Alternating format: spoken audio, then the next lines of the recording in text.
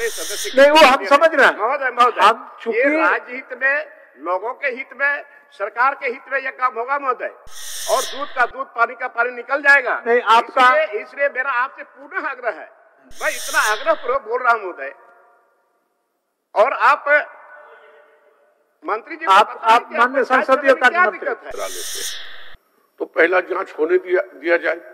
अगर उसके बाद मान लीजिए सदस्य संतुष्ट नहीं हो जाता है, विधानसभा है, विधानसभा चलेगी, फिर उसके बाद रखा जाएगा।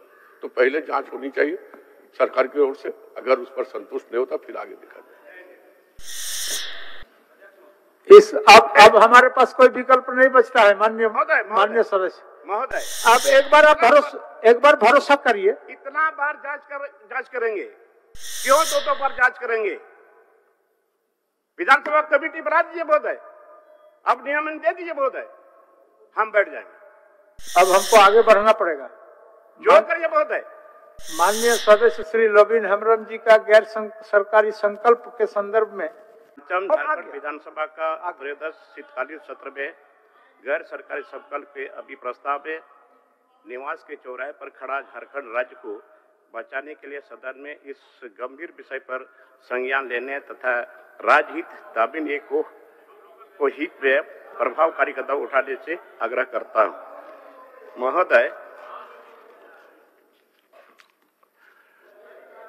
खंड 1 महोदय, 11/4/2007 को महामहिम राष्ट्रपति महोदय द्वारा संवैधानिक आदेश 229 द्वारा संथाल परगना के 4 जिलों दुमका, पाकुड़, साहेबगंज एवं जामताड़ा को पूर्ण रूप से अनुसूचित क्षेत्र घोषित किया गया है। अधिसूचना की कॉपी साक्ष्य है महोदय, वो देखना चाहे तो अधिसूचना साक्ष्य भी है। दूसरा है महोदय, खंड 2 में messrs Paschim Bengal power development corporation limited WPCL के लिए अमड़ापड़ा ग्रामीण क्षेत्र में कोयला खनन के लिए अब आज तक आदिवासी रैयतों एवं अन्य रैयतों को रैयती जमीन का अधिग्रहण नहीं किया गया है। ये भी साक्ष्य है महोदय, सरकारी अधिग्रहण का कुछ काम हुआ ही नहीं। उसमें लेटर नंबर 300 भू अर्जन दिनांक 8/11/2018 पाकुड़ समालय के भू अर्जन शाखा से, उसमें लिखता है महोदय यहाँ कोई अधिग्रहण हुआ नहीं।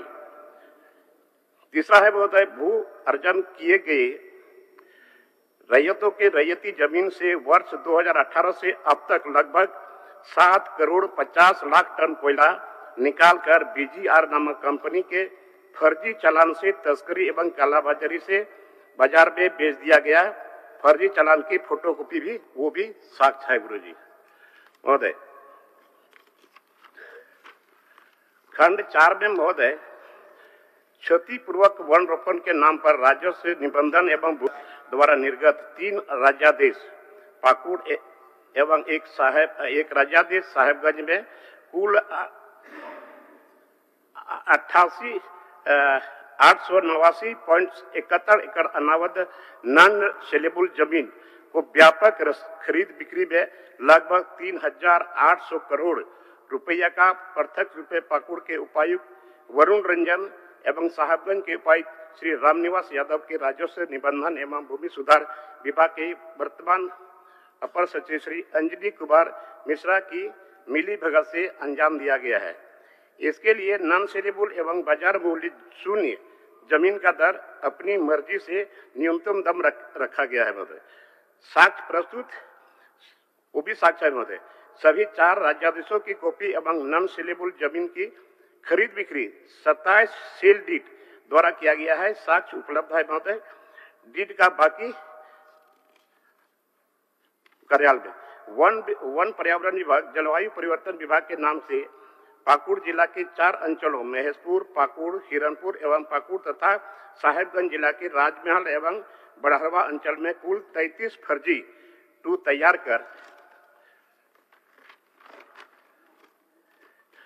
कर ऑनलाइन अपलोड कर दिया गया है।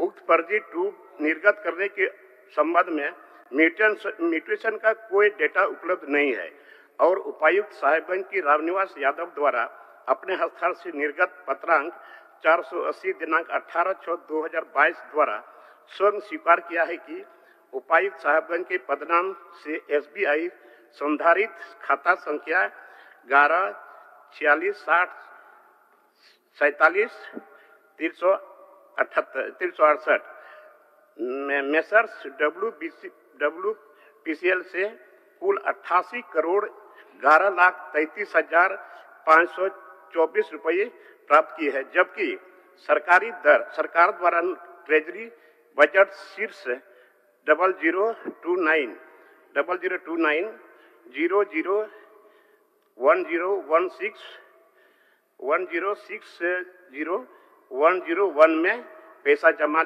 लेने का प्रावधान है। इसका भी साक्ष्य पाकुड़ है। तथा अब मंत्री का जवाब एक मिनट महोदय, खत्म हो गया महोदय।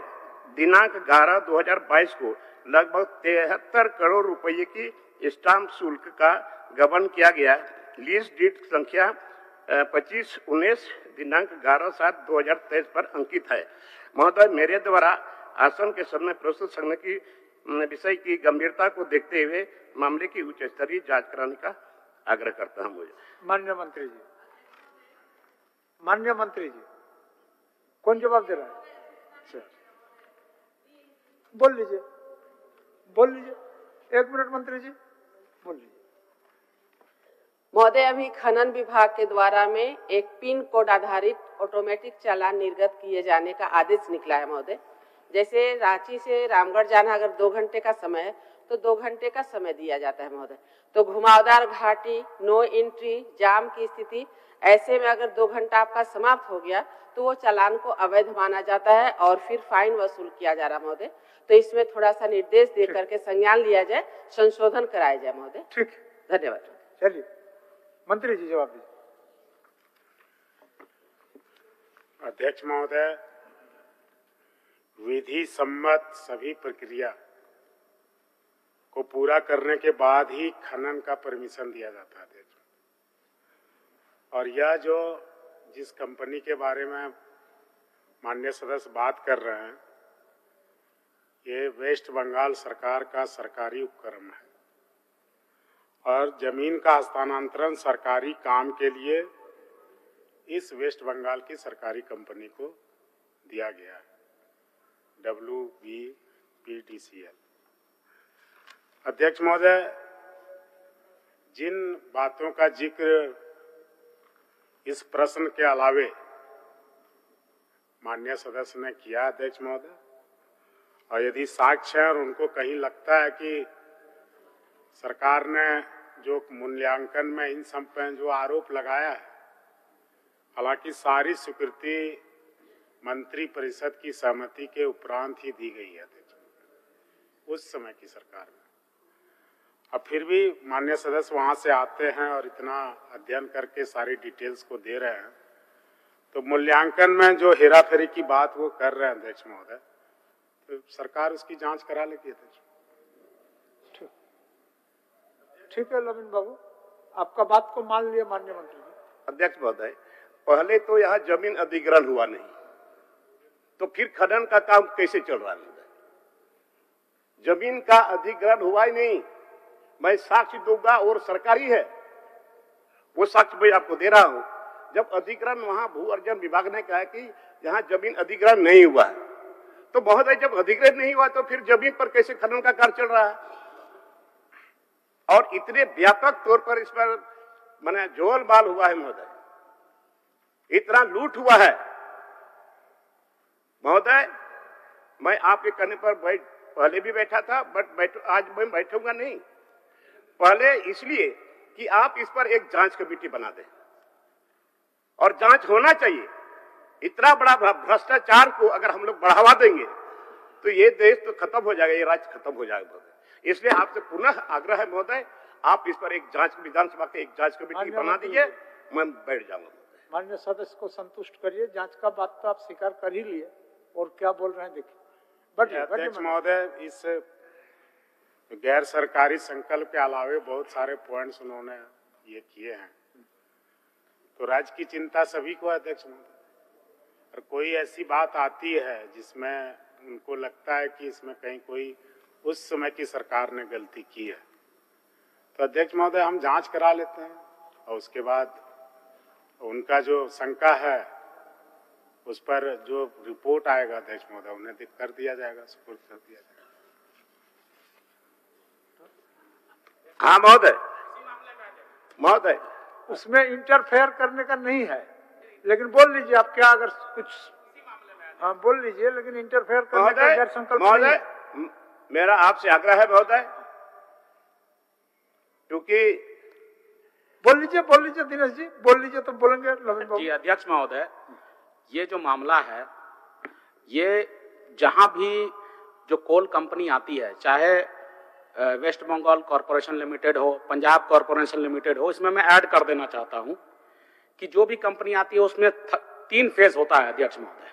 पहला फेज होता है कि आप वहां पर किसी प्रकार का कोयला खदान आप खोलना चाह रहे हैं, बिडिंग के लिए किसी भी कंपनी को दे रहे हैं, तो उसका जानकारी पेपर में ढंग से दे देना होगा कि विस्थापित लोगों का क्या करना है, वो नहीं होता है। दूसरा है कि जब आप इंप्लीमेंट कर देते हैं तो धरातल में सारे विस्थापित काम को कर देना है, चाहे घर बनाना हो, हॉस्पिटल बनाना हो, सारा चीज को। तीसरे फेज में माइनिंग होता है अध्यक्ष महोदय, इसको अनदेखा करके वहां विस्थापित का काम कहीं भी अध्यक्ष महोदय ये नहीं हो रहा है। ये तीनों फेज में 3 फेज का कर्म है, तीनों फेज को ये लोग कर नहीं रहा है। सरकार 75% लोकल जो लोग हैं उनको योग्यता का हिसाब से नौकरी देने की बात कही है अध्यक्ष महोदय। उस चीज का पालन जितने भी कोल कंपनी है अध्यक्ष महोदय वो नहीं हो रहा है। हम लोग ने कई बार बोला, इसके भी कमिटी भी गठित है, और मैं अनुरोध करूंगा अध्यक्ष महोदय आपके द्वारा सरकार को कि इनकी एक कमेटी गठित करके जितने भी कंपनी है वहां 75% क्या लोगों को जो यहाँ पर कंपनी में काम कर रहे हैं वो योग्यता के हिसाब से काम कर रहे हैं कि नहीं कर रहे हैं, और 3 फेज का इम्प्लीमेंटेशन हुआ है कि नहीं अध्यक्ष महोदय, इस चीज की जानकारी।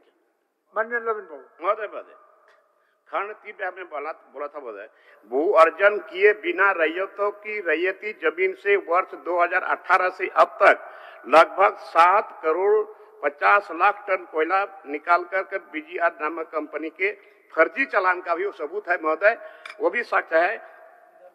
और महोदय बहुत जबरदस्त कालाबाजारी हुआ है महोदय, इसीलिए आपसे मेरा आग्रह है आप विधानसभा की जांच कमेटी बना देंगे महोदय।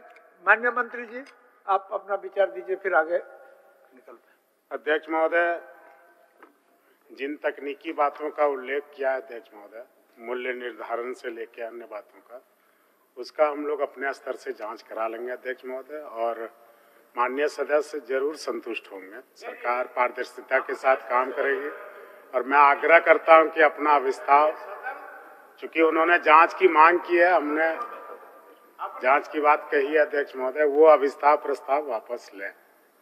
1 मिनट समाधान की ओर माननीय नेता प्रतिपक्ष कुछ बोलना चाहिए, विचार रखना चाहते। अध्यक्ष महोदय, माननीय लोविंदा वरिष्ठ सदस्य हैं और माननीय विलियम जी ने भी उनके इस विषय को गंभीरता के साथ आपके समक्ष रखा है, और मुझे लगता है सरकार जांच कराती है, कराती रहेगी, लेकिन इतने गंभीर आरोप के साथ, इतने सारे प्रूफ के साथ वो जब कह रहे हैं, तो आपके निर्देशन से एक विधानसभा की कमेटी बन जाए, बहुत बड़ा विषय नहीं है।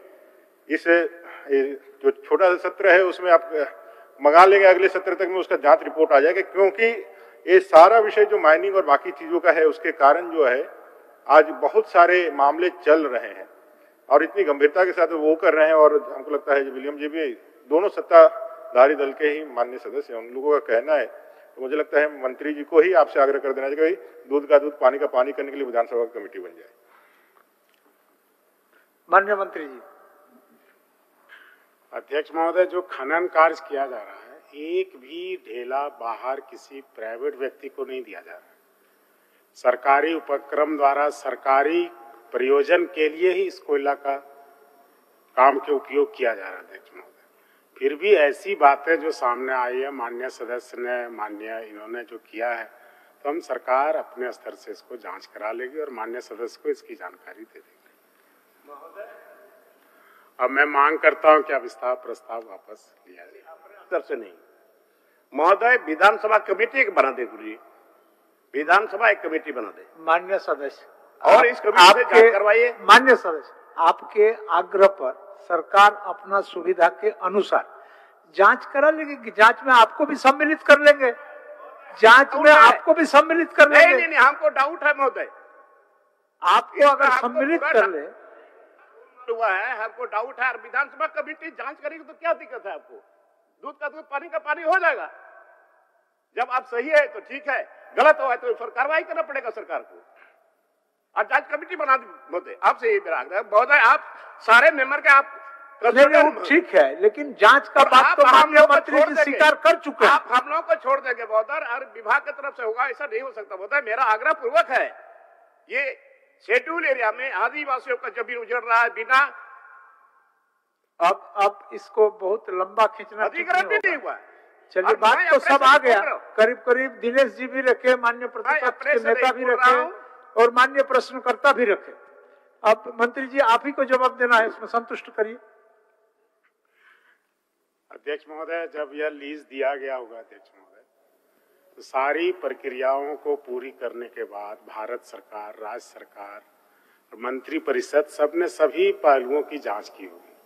उसके बाद जो फैक्ट्स को लेकर माननीय सदस्य आए हैं, इस पर सदन में जो गैर सरकारी संकल्प लाया गया अध्यक्ष महोदय, इन्होंने जो जांच की मांग की है, हमने इन्हें आश्वस्त किया कि हम अपने स्तर से जांच करा लेंगे अध्यक्ष महोदय।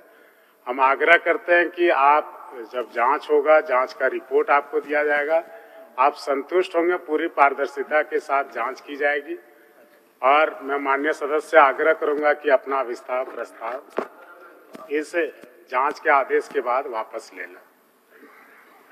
जांच एक बार कराने दीजिए माननीय सदस्य महोदय, एक बार इनको अपने स्तर से जांच विधानसभा कमेटी से जांच कराने में क्या दिक्कत है? क्यों दिक्कत है? अब जांच तो कराइए।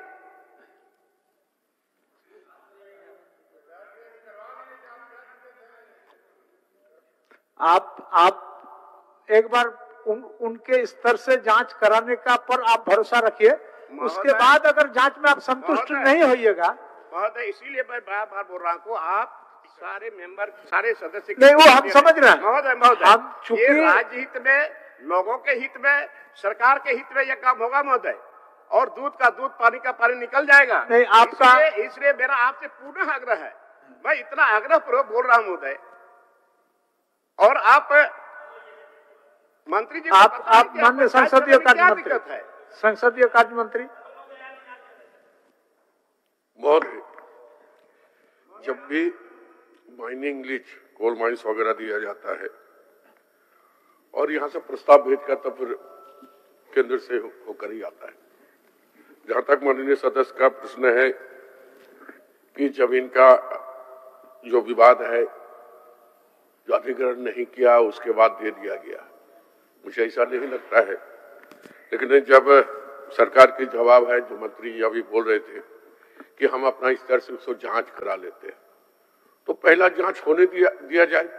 अगर उसके बाद माननीय सदस्य संतुष्ट नहीं हो जाता है, विधानसभा है, विधानसभा चलेगी, फिर उसके बाद रखा जाएगा। तो पहले जांच होनी चाहिए सरकार की ओर से, अगर उस पर संतुष्ट नहीं होता फिर आगे देखा जाए। अब हमारे पास कोई विकल्प नहीं बचता है माननीय सदस्य महोदय। आप एक बार भरोसा करिए। इतना बार जांच करेंगे क्यों? दो बार जांच करेंगे? विधानसभा कमेटी बना दीजिए महोदय, अब नियमन दे दीजिए महोदय, हम बैठ जाएंगे। कि क्या लगा हुआ है विधानसभा कमेटी? नहीं, एक बार ऐसा आप माननीय सदस्य, विधानसभा कमेटी ही क्यों चाह रहे हैं? अगर सरकार के पास ऐसा कोई विश्वस्त एजेंसी है, जिस एजेंसी आपके प्रश्न का जवाब भी देगा, आपको संतुष्ट भी करेगा, कई मेंबरों तो मानने में हमको नहीं लगता है कहीं दिक्कत।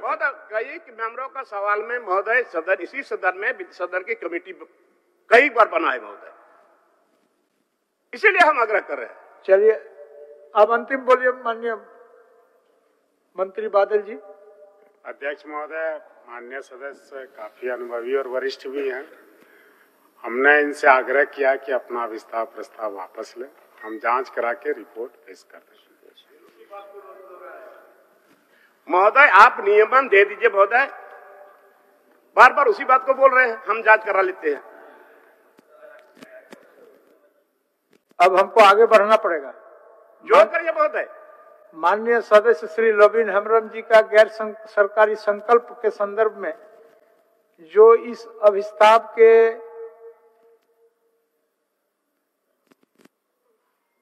अभिस्ताप वापस ले रहे हैं? अभिस्ताप वापस ले रहे हैं माननीय मंत्री जी के आश्वासन पर? आपसे आग्रह कर रहे हैं महोदय। नहीं तो ठीक है, लेकिन राज्य के हित में आप कर रहे हैं, उनका सरकार के हित में आप कर रहे हैं। मान्य सदस्य, उनका आश्वासन मान लेना चाहिए। एक बार तो मौका दीजिए। नहीं महोदय, अगले बार भी आपने हाथ को बैठाया अपी पेशा एक्ट में महोदय, क्या हुआ? जो इस अभिस्ताप के पक्ष में है वो हाँ कहें, जो इस अभिस्ताप के विपक्ष में है वो ना कहें। मैं समझता हूं कि अभिस्ताप के विपक्ष में बहुमत है, विपक्ष में बहुमत है, ये अभिस्ताप अस्वीकृत हुआ। बट चलिए, माननीय सदस्य राजेश कच्छप जी।